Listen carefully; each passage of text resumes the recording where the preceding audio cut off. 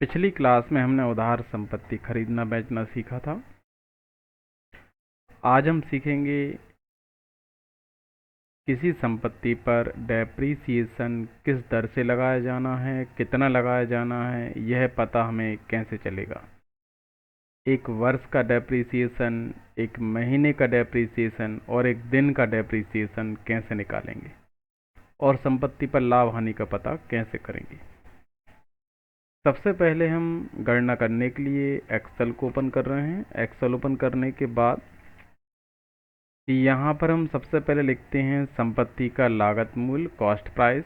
लागत मूल्य का मतलब होता है संपत्ति खरीदने के बाद उसको स्थापित करने तक जो भी व्यय हुए हैं वो सब संपत्ति के लागत मूल्य के अंतर्गत आते हैं।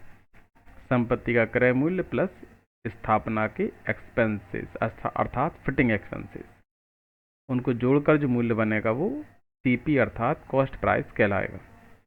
माना कि हमने एसी परचेज किया 33,000 में, 2,000 फिटिंग एक्सपेंसेस हुए, इस तरह से उसका लागत मूल्य 35,000 रुपीज़ होगा। वारंटी गारंटी हम पूछ लेते हैं जब भी हम कोई संपत्ति खरीदते हैं। माना कि इसकी वारंटी या गारंटी जो है वो 5 ईयर है। इसके बाद जब ये 5 वर्षों के बाद जब ये ख़राब हो जाएगा तो ये कितने में दुकान वाले द्वारा काटा जाएगा या अन्य किसी को आप बेचेंगे तो कम से कम ये कितने में बिक सकेगा 5 वर्ष बाद, वो उसकी रेसिडुअल वैल्यू अर्थात अवशिष्ट मूल्य कहलाता है। माना कि 5 वर्षों के बाद ये 15,000 या 10,000 में बिक सकेगा, तो जितने में बिकेगा वो कम से कम जो मूल्य है उससे रेसिडुअल वैल्यू अर्थात अवशिष्ट मूल्य कहते हैं, जो संपत्ति खराब होने के बाद उसके अवशेषों की बिक्री से प्राप्त होता है, उसे अवशिष्ट मूल्य बोलते हैं। अब इस पर टोटल डेप्रीसिएशन कितना हुआ ये हम पता लगा लेते हैं।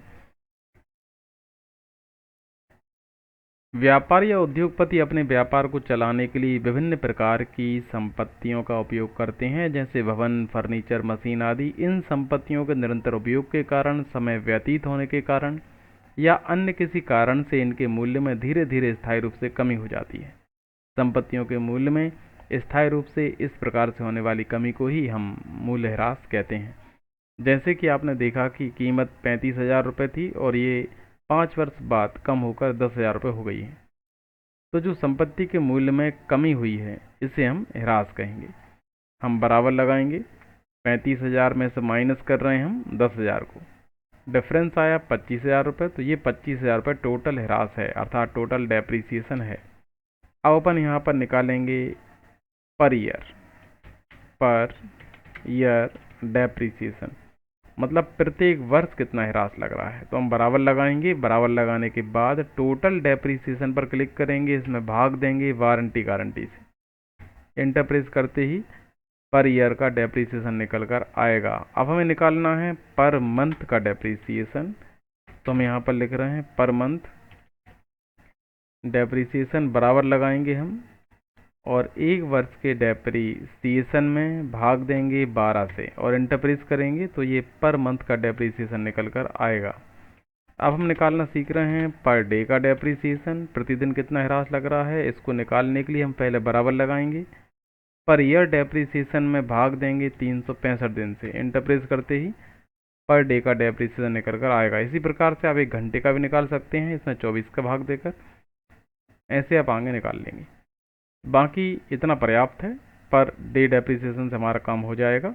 जैसे हम किसी संपत्ति को 70 दिन यूज़ करके बेच रहे हैं तो हम उस पर डे 70 दिन का ह्रास कैसे निकालें, ये हम आपको बता देते हैं किस तरह से आप निकालेंगे।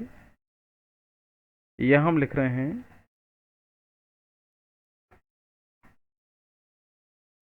इस साइड हम लिख देते हैं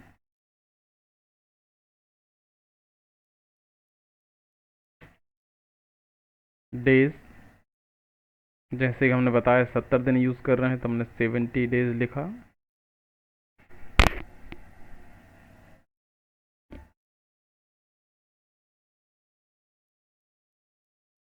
अब यहाँ पर हम क्लिक कर रहे हैं, बराबर लगाएंगे, एक दिन का जो डेप्रिसिएशन उस पर क्लिक करेंगे, इसमें गुणा करेंगे 70 से, इंटर प्रेस करते आप देख रहे हैं 70 दिन का ह्रास निकल कर आ गया है। पॉइंट के बाद के जो अंक हैं आप इनको सिर्फ 2 अंकों तक आंसर चाहते हैं तो हम यहाँ पर क्लिक करेंगे, क्लिक करने के बाद हम यहाँ से कम कर देंगे, और हम यहाँ से सिर्फ 2 अंक तक आंसर चाहते हैं तो हम यहाँ से 2 अंक तक ही सिलेक्ट कर लेंगे।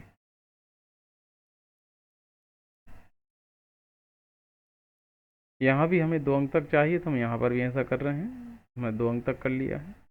इस तरह से आप यहाँ से नंबर सिस्टम, नंबर जो यहाँ देख रहे हैं आप, यहाँ ऊपर से आप देखेंगे नंबर जस्ट ऊपर है, यहाँ से आप डेसिमल को डिक्रीज अर्थात कम कर सकते हैं, या डेसिमल के बाद की संख्या को यहाँ से कम कर सकते हैं। ये इंक्रीज डेसिमल है, यहाँ से आप डेसिमल अर्थात दशमलव के बाद की संख्या को बढ़ा सकते हैं।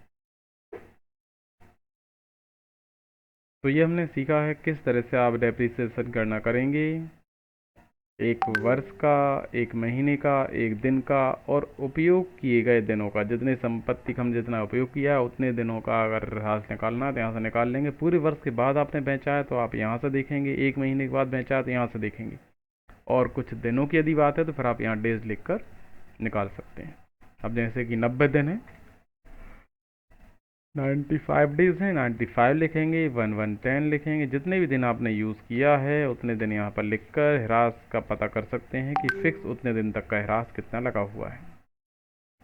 अब हम देखेंगे कि संपत्ति के विक्रय पर हमें लाभ या हानि कितना हो रहा है, उसका पता हम कैसे करते हैं। इसका पता करने के लिए सबसे पहले हम यहाँ पर नीचे चलते हैं और हम यहाँ पर लिख रहे हैं सेलिंग प्राइस, हम संपत्ति कितने में बेचेंगे कि हमें कोई प्रॉफिट एंड लॉस नहीं होगा, वो हम सेलिंग प्राइस यहाँ पर लिख रहे हैं। तो जैसे कि 175 दिन संपत्ति का हमने उपयोग कर लिया है तो बराबर लगाएंगे हम, संपत्ति की कीमत 35,000 थी माइनस 175 डेज यूज़ करने के बाद उसकी कीमत जो है वो बची है 32,602 रुपये। लेकिन जिसको हम संपत्ति बेच रहे हैं नेट सेलिंग प्राइस, उन्होंने हमें 32,602 रुपये नहीं दिए, केवल 30,000 रुपये दिए हैं।